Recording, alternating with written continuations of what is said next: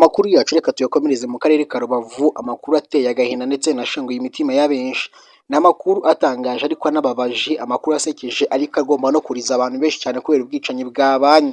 Yamuteye icyuma mu ngoto, ingoto arayihungabanya cyangwa se amuca umutsi ujyana amaraso mu bwonko biza kumuviramo urupfu.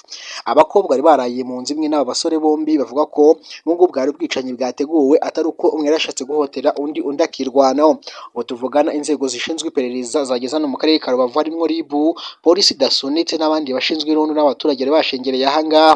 Ni amakuru ngiye kumvikana mu karere ka Rubavu ateye agahinda ndetse nababaje benshi kugeza mu gihugu cy'u Rwanda hose, ku buryo bose bumvishije ano makuru kubera ko yagiye avugwaho n'ibitangazamakuru bigiye bitandukanye harimo na ZAF TV Rwanda ndetse na ZAF TV Info Rwanda. Zino YouTube channel zose ni zimwe, kanda subscribe nurangiza kandi no kunzogera kugira ngo uzajye ureba n'ayandi makuru yacu buri munsi dukomeza kugenda tukugezaho umunsi ku wundi. Umusore witwa Bizumuremyi Eric uri mu kigero cy'imyaka 25 wari ucumbitse mu karere ka Rubavu wavugagaho kuba ari umutinganyi yishwe na mugenzi we bararanye amuteye ibyuma mu musaya. Ni mu gihe ubuyobozi buvuga ko amakuru yerekeye iby'umutinganyi ntayo bari bahawe. Ayo makuru yamenyekanye ku rukerera rwo kuri uyu wa gatatu tariki ya 7 Werurwe 2025 aho byabereye mu murenge wa Gisenyi akagari Kambugagari umudugudu wa Gasutamo. Bamwe mu baturage baganiriye na Bwiza ndimo nakisha amakuru bavuga ko aba bombi bicanye kubera ko umwe yashatse gusambanya mugenzi we undi nawe akirwanaho. Ati nimba bashwanye bapfuye amafaranga ntabwo twabimenye, gusa turi kumva ko yashatse kumusambanya mu kibuno undi akamutera ibyuma arimo yirwanaho birangira apfuye ndetse akihagera kuko bwari bwije undi ngo yahise atangira kumubwira ngo urama. Akomeza avuga ko amakuru bumvise ari uko uyu wishwe yari yahamagaye ora wamwishe ngo nyuma y'akazi ngaze kumuzanira inyama mu rugo, yahagera cyangwa se yazihageza ngo agahita amubwira ngo uraza kuma. Nibwo atabihamya neza uko byakomeje kugenda bivuga.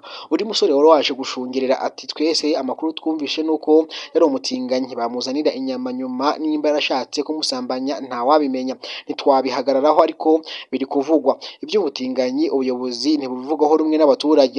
Uwineza Francine umunyamabanga nshingwabikorwa w'umurenge wa Gisenyi yahamirije igitangazamakuru ZAF TV Info Rwanda aya makuru ati amakuru twamenye mu rukerera ko niyo Gisubizo Elia w'imyaka 19 yishe ateye ibyuma mugenzi we yatabarijwe n'abakobwa bari baraye mu rugo rwa nyakwigendera kandi ngo nta bindi bisobanuro bari basanzwe bafitanye kuko yaje kumusura amuzaniye inyama. Bigeze mu gicuku bumva ibintu biri gusakuza, barebye basanga Eric yamaze gupfa, batabaza inzego zibishinzwe cyangwa se zishinzwe umutekano ndetse bose bahise bafatwa.